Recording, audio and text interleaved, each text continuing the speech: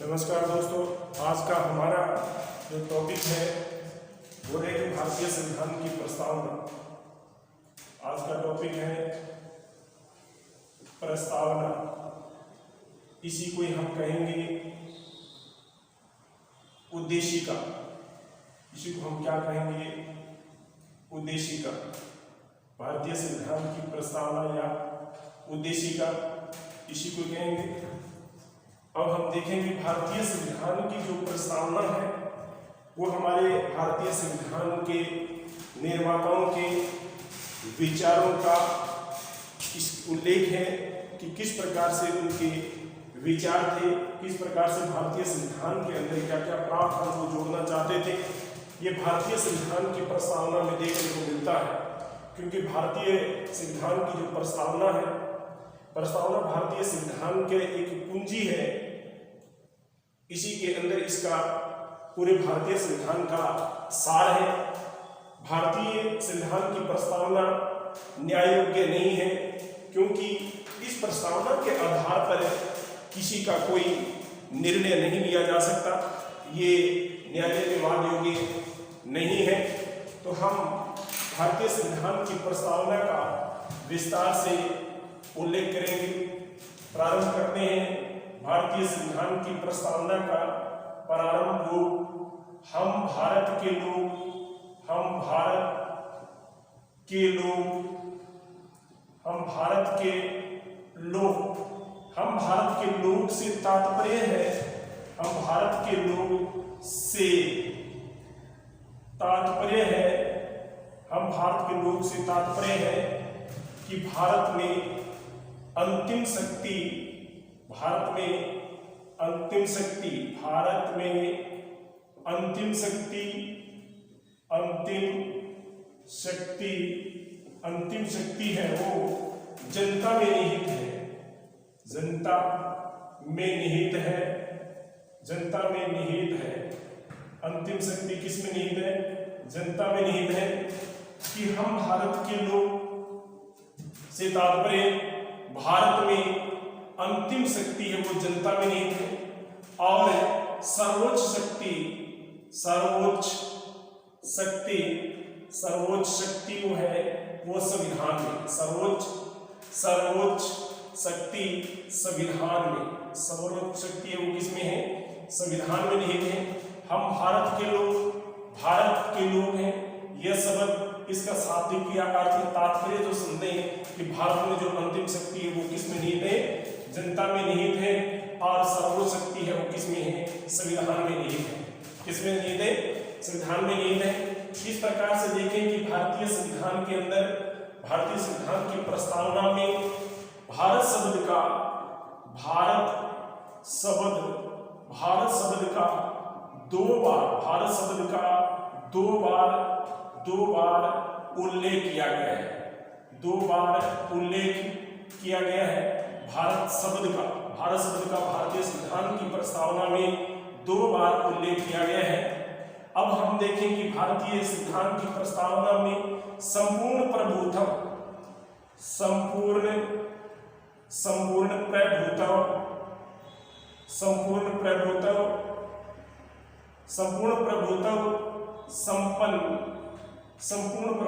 संपन्न का शाब्दिक अर्थ है कि भारत आंतरिक व बाहरी मामलों में, भारत आंतरिक व बाहरी मामलों में, आंतरिक व बाहरी, आंतरिक व बाहरी, आंतरिक व बाहरी मामलों में स्वयं बिना किसी दबाव के निर्णय लेगा। भारत संपूर्ण प्रभुत्व संपन्न का मतलब है कि भारत आंतरिक और बाहरी मामलों में बिना किसी विदेशी दबाव के स्वयं डिसीजन लेगा, स्वयं निर्णय लेगा। भारत देश विभिन्न देशों के साथ, विभिन्न राष्ट्रों के साथ मित्रता और संबंध स्थापित करने के लिए वह किसी के नियंत्रण में नहीं है, किसी के दबाव में नहीं। वह अपनी इच्छा के अनुसार विभिन्न देशों के साथ मित्रता और संबंध स्थापित करेगा। यह संपूर्ण प्रभुत्व संपन्न है। भारत जो हमारा राष्ट्र है संपूर्ण प्रभुत्व संपन्न है, आंतरिक और बाहरी तरीके से। अब नेक्स्ट है कि समाजवादी संपूर्ण प्रभुत्व संपन्न के बाद में समाजवादी इस शब्द का अर्थ है कि भारत देश एक लोकतांत्रिक समाजवाद है। भारत देश में लोकतांत्रिक समाजवाद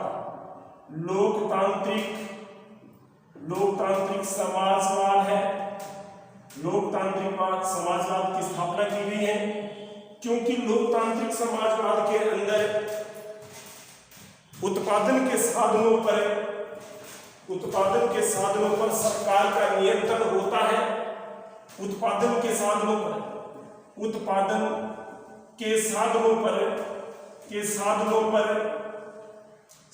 पर नियंत्रण होता है। किसका? उत्पादन के साधनों पर सरकार का नियंत्रण होता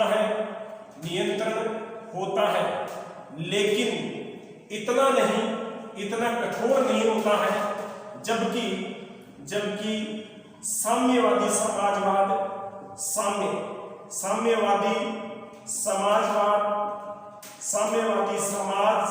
की बात करें। साम्यवादी समाजवाद में राज्य उत्पादन के साधनों पर नियंत्रण रखता है। राज्य क्या करता है? राज्य उत्पादन के साधनों पर पूर्ण नियंत्रण रखता है। पूर्ण क्या करता है? साधनों पर पूर्ण नियंत्रण रखता है।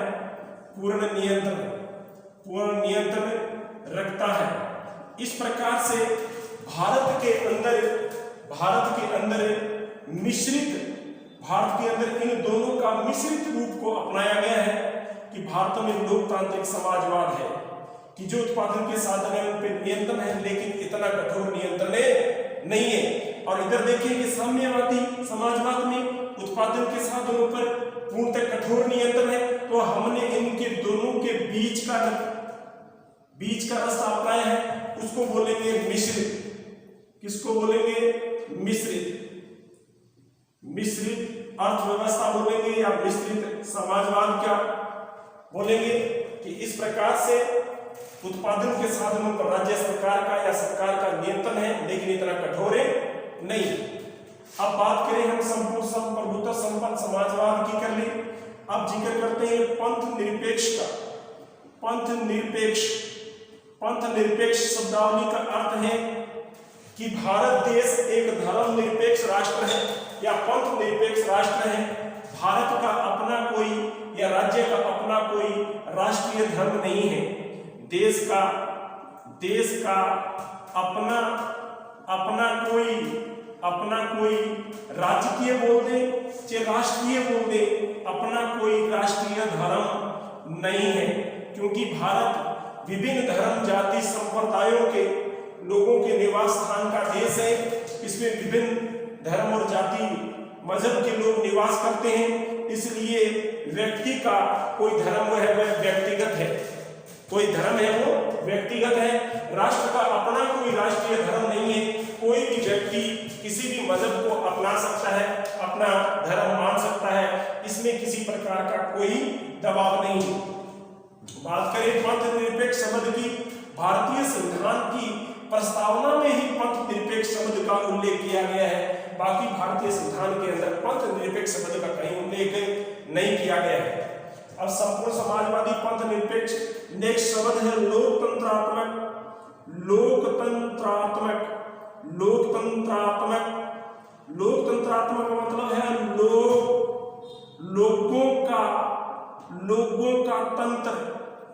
का तंत्र, लोगों का शासन।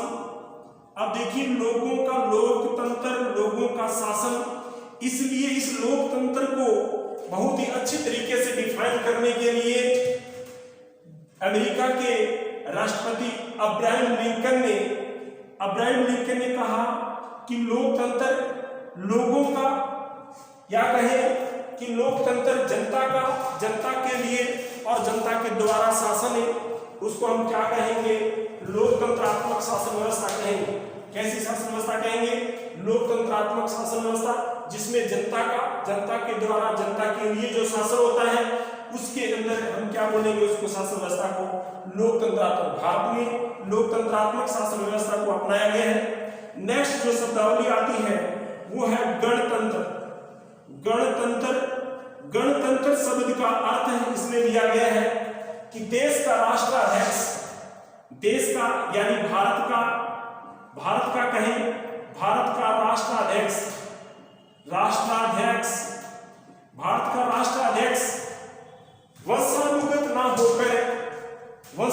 ना होकर अप्रत्यक्ष रूप से चुना जाता है। भारत का राष्ट्राध्यक्ष वंशानुगत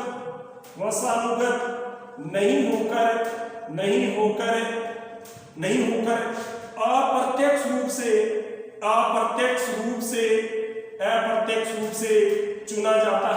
अप्रत्यक्ष रूप से चुना जाता है। तो गणतंत्रात्मक शासन व्यवस्था है। ये गणतंत्रात्मक शासन व्यवस्था हमने फ्रांस के संविधान से ली है। फ्रांस के संविधान से हमने गणतंत्रात्मक शासन व्यवस्था को एक्सेप्ट किया है। उसने कि भारत का राष्ट्राध्यक्ष यानी राष्ट्रपति वंश के आधार पर नहीं होकर अप्रत्यक्ष रूप से चुना जाता है, क्योंकि डेमोक्रेटिक लोकतंत्रात्मक शासन व्यवस्था में सभी को मौका मिलता है। तो इस प्रकार से अप्रत्यक्ष रूप से देश का प्रतिनिधि या कहें देश का राष्ट्राध्यक्ष प्रथम नागरिक वंशानुगत न होकर अप्रत्यक्ष रूप से या जनता द्वारा चुने हुए प्रतिनिधियों के द्वारा चुना जाता है। तो इस प्रकार से अप्रत्यक्ष ये शब्दावली थी भारतीय संविधान की प्रस्तावना की कि हम भारत के लोग, ये शब्द हम भारत के लोग हैं, ये संयुक्त राष्ट्र संघ से लिए गए हैं। से तात्पर्य क्या, भारत में अंतिम शक्ति जनता में निहित है। सर्वशक्ति किस में निहित है?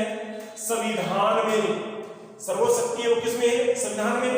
भारत शब्द का 2 बार उल्लेख हुआ है, वो है प्रस्तावना में।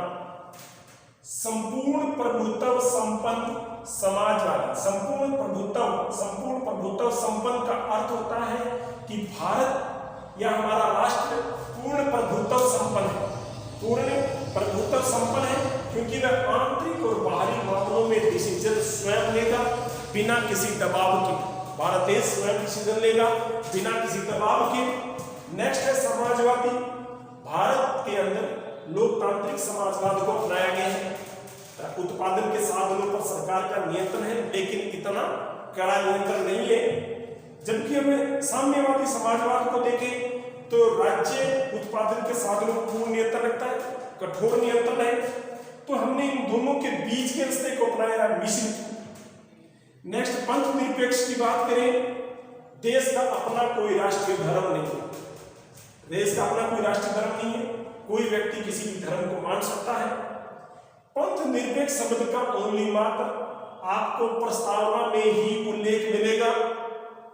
लोकतंत्रात्मक शासन व्यवस्था, लोगों का तंत्र, लोगों का शासन, अब्राहम लिंकन ने कहा जनता के लिए और जनता के द्वारा जो शासन होता है उसको हम क्या कहेंगे? लोकतंत्रात्मक शासन। गणतंत्र की बात करें, भारत का राष्ट्राध्यक्ष वंशानुगत नहीं होता, वंश के आधार पर नहीं चुने जाते, जबकि हमारे अप्रत्यक्ष रूप से चुने जाते हैं। जनता के द्वारा चुने हुए प्रतिनिधि मिलकर हमारे राष्ट्राध्यक्ष का चुनाव करते हैं, उनको चुनते हैं अप्रत्यक्ष रूप से। अब देखते हैं कि भारतीय संविधान की प्रस्तावना में कितने प्रकार के न्याय हैं, कितनी प्रकार की स्वतंत्रताएं हैं, कितनी प्रकार की समानताएं हैं। क्योंकि क्वेश्चन प्रस्तावना में से आते हैं, पूरी प्रस्तावना लिखने को कहीं नहीं आती है। प्रस्तावना में से क्वेश्चन हैं वो पूछे जाते हैं। देखिए प्रस्तावना में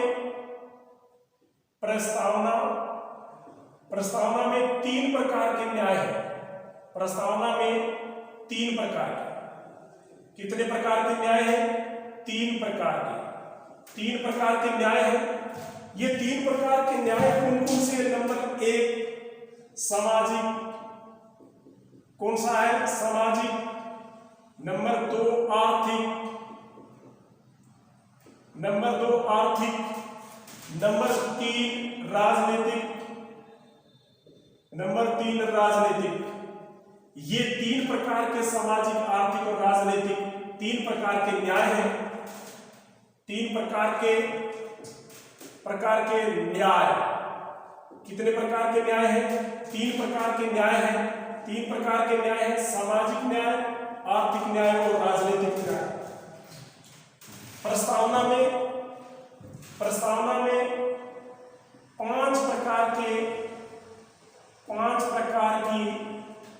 5 प्रकार की स्वतंत्रता है। 5 प्रकार की स्वतंत्रता 5 प्रकार की स्वतंत्रता का उल्लेख है भारतीय संविधान की प्रस्तावना में। नंबर 1 विचार, नंबर 2 अभिव्यक्ति,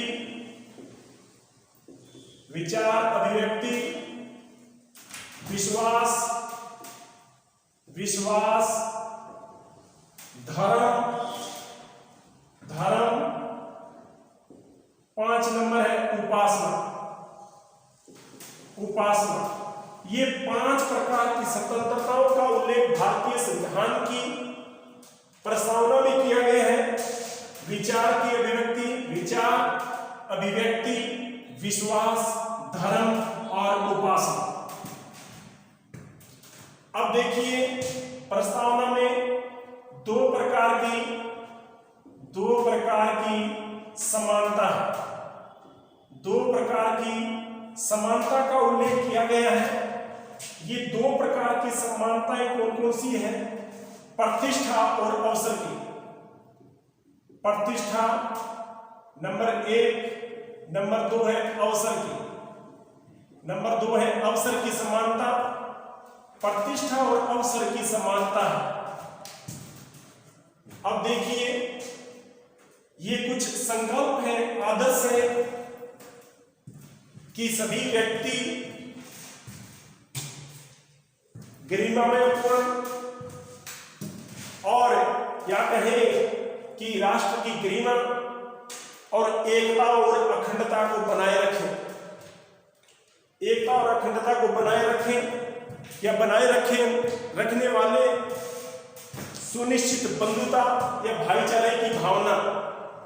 यह हमारा संकल्प है कि देश के अंदर या देश का कभी भी किसी प्रकार का कोई खंडन नहीं हो, इसलिए अखंड भारत रहे, यह हमारा संकल्प है।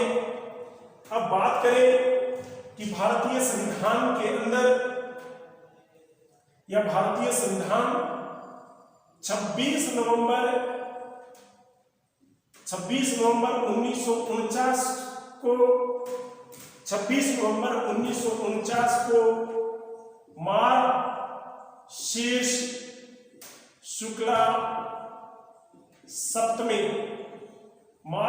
शुक्ला सप्तमी को भारतीय संविधान, ये कहीं मार्गशीर्ष शुक्ला सप्तमी को भारतीय संविधान बनकर तैयार हो गया। विक्रम संवत 2006।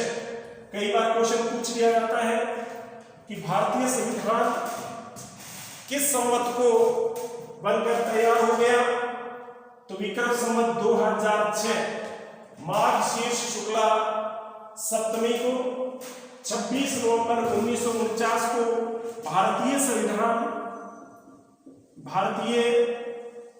संविधान अंगीकृत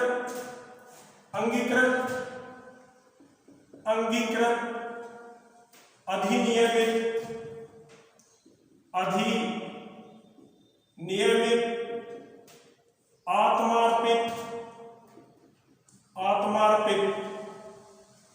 आत्मार्पित कर दिया गया कि अंगीकृत, अधिनियमित और आत्मार्पित कर दिया 26 नवंबर 1949 को भारतीय संविधान को।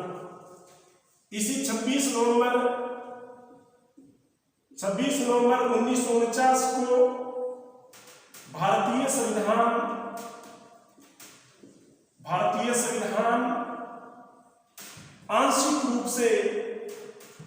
आंशिक रूप से भारतीय संविधान आंशिक रूप से लागू हो गया। इसी दिन 16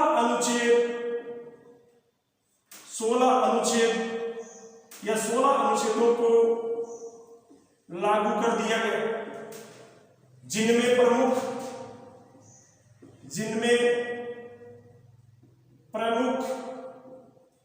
अनुच्छेद जो हमारे थे वो है नागरिकता व निर्वाचन। नागरिकता व निर्वाचन का प्रावधान है वो सबसे पहले लागू किया गया। 16 अनुच्छेद इसी दिन लागू कर दिए गए। आंशिक रूप से भारतीय संविधान लागू हुआ 26 नवंबर 1949 को। पूर्ण रूप से 26 जनवरी 1950 को लागू हुआ। पूर्ण रूप से 26 जनवरी 1950 को भारतीय संविधान लागू हो गया। इस प्रकार से भारतीय संविधान की प्रस्तावना में आज तक एक संविधान संशोधन हुआ है। एक संशोधन हुआ है, वो है 42वां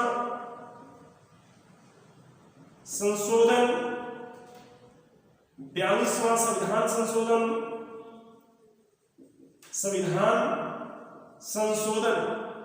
42वां संविधान संशोधन 1976 को। इस संशोधन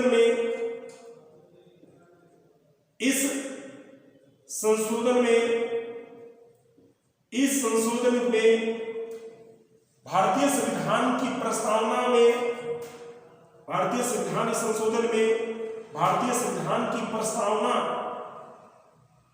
संविधान की प्रस्तावना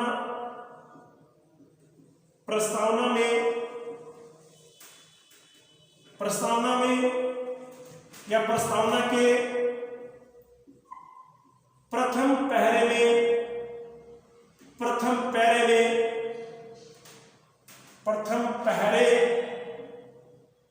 पैरे में समाजवादी पंथ निरपेक्ष, प्रथम पैरे में दो शब्द जोड़े गए।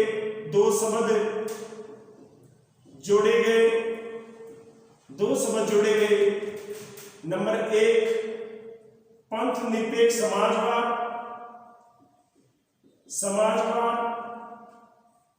नंबर 2 पंथ निरपेक्ष, ये दो शब्द जोड़े गए। प्रस्तावना के छठे पहरे में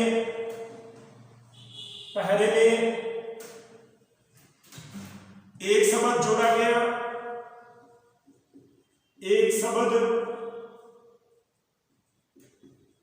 जोड़ा गया, वह था और अखंडता।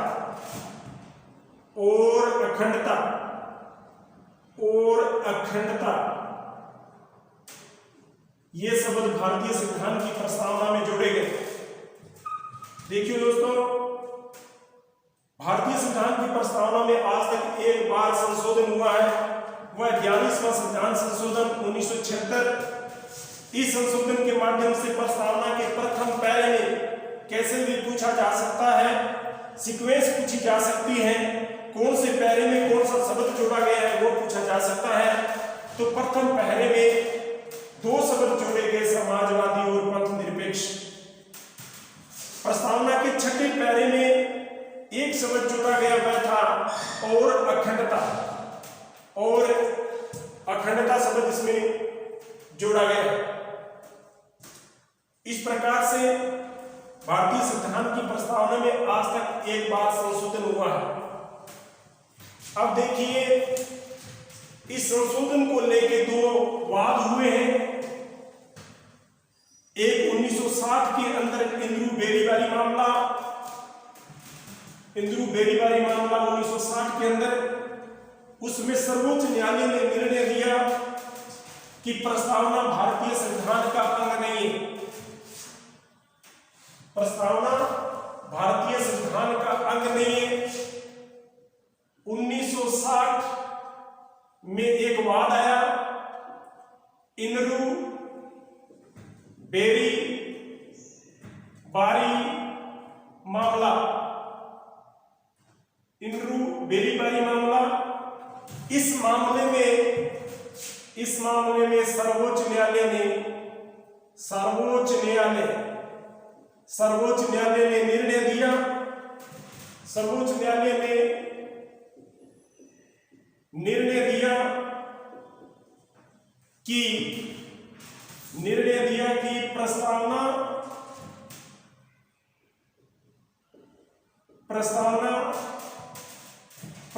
संविधान का अंग नहीं है। संविधान का अंग नहीं है।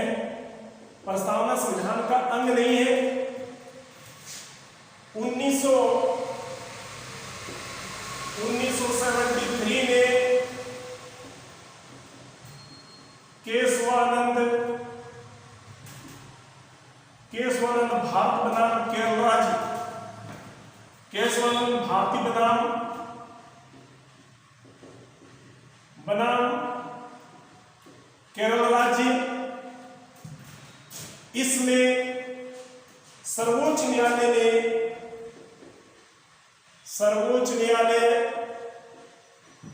ने अपने निर्णय को बदलते हुए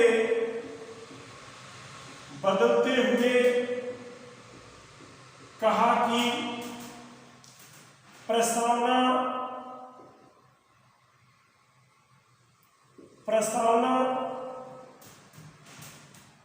संविधान का अंग है। संविधान का अंग है और इसमें संशोधन किया जा सकता है। कहते हैं संशोधन किया जा सकता है, यह संविधान का अंग है, इसमें संशोधन किया जा सकता है, लेकिन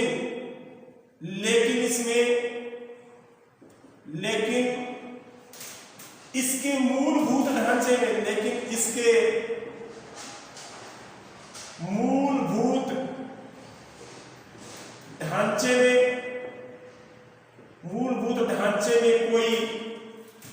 ढांचे में कोई परिवर्तन नहीं किया जा सकता। कोई परिवर्तन नहीं किया जा सकता है।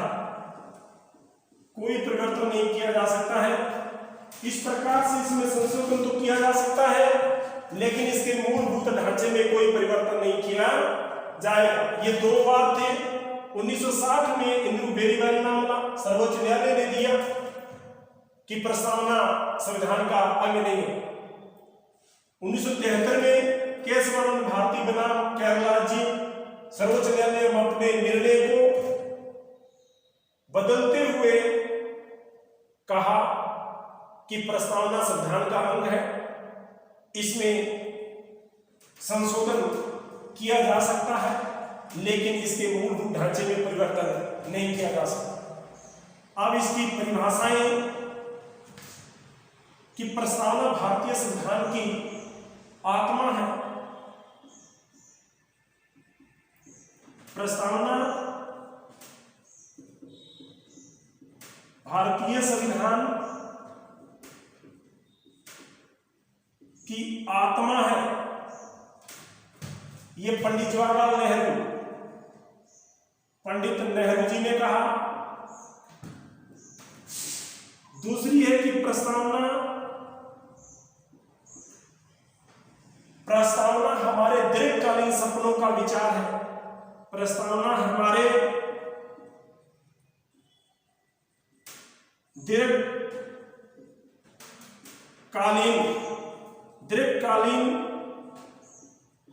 सपनों का विचार है। कृष्णास्वामी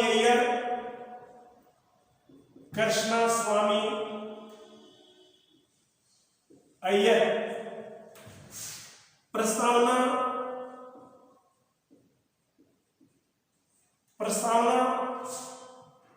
भारतीय संविधान का कुंजी एवं नोट है। प्रस्तावना संविधान की कुंजी एवं नोट है। कुंजी एवं नोट है। ये अर्नेस्ट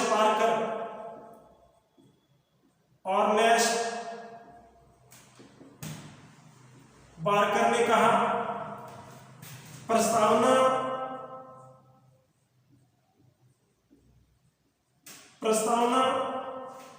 भारतीय संविधान का परिचय पत्र है। प्रस्तावना संविधान का परिचय पत्र है। प्रस्तावना संविधान का परिचय पत्र है। एन पालकीवाल। इस प्रकार से भारतीय संविधान के मेन डेफिनेशन है इसके अंदर इस प्रकार से कि प्रस्तावना भारतीय संविधान की आत्मा पंडित नेहरू जी ने, और प्रस्तावना हमारे दीर्घकालीन सपनों का विचार है कृष्णास्वामी अय्यर। प्रस्तावना संविधान की कुंजी एवं नोट है अर्नेस्ट बार्कर ने। प्रस्तावना संविधान का परिचय पत्र है एन पालकीवाल। तो इस प्रकार से केमोसी ने भी कहा था कि प्रस्तावना राजनीतिक कुंजी है। प्रस्तावना भारतीय संविधान का कंक्लूजन है, सारांश है, क्योंकि इस प्रस्तावना के अंदर हमारे संविधान निर्माताओं के विचारों का उल्लेख है कि वो किस प्रकार के भारतीय संविधान को वो बनाना चाहते थे।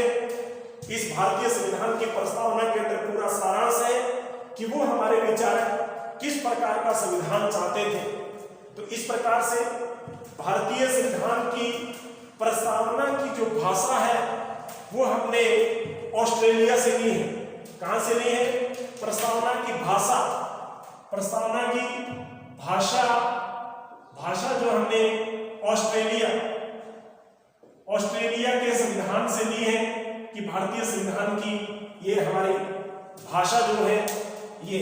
तो इस प्रकार से हमारा आज का टॉपिक भारतीय संविधान की प्रस्तावना कंप्लीट हो गई है। सिद्धांत सभा हो गई, प्रस्तावना हो गई। अब हमारे भारतीय संविधान की अनुसूचियां हो गई। अब आगे का हमारा टॉपिक रहेगा वो रहेंगे भारतीय संविधान के भाग। तो नेक्स्ट क्लास के अंदर भारतीय संविधान के भाग है वो हम करेंगे। धन्यवाद।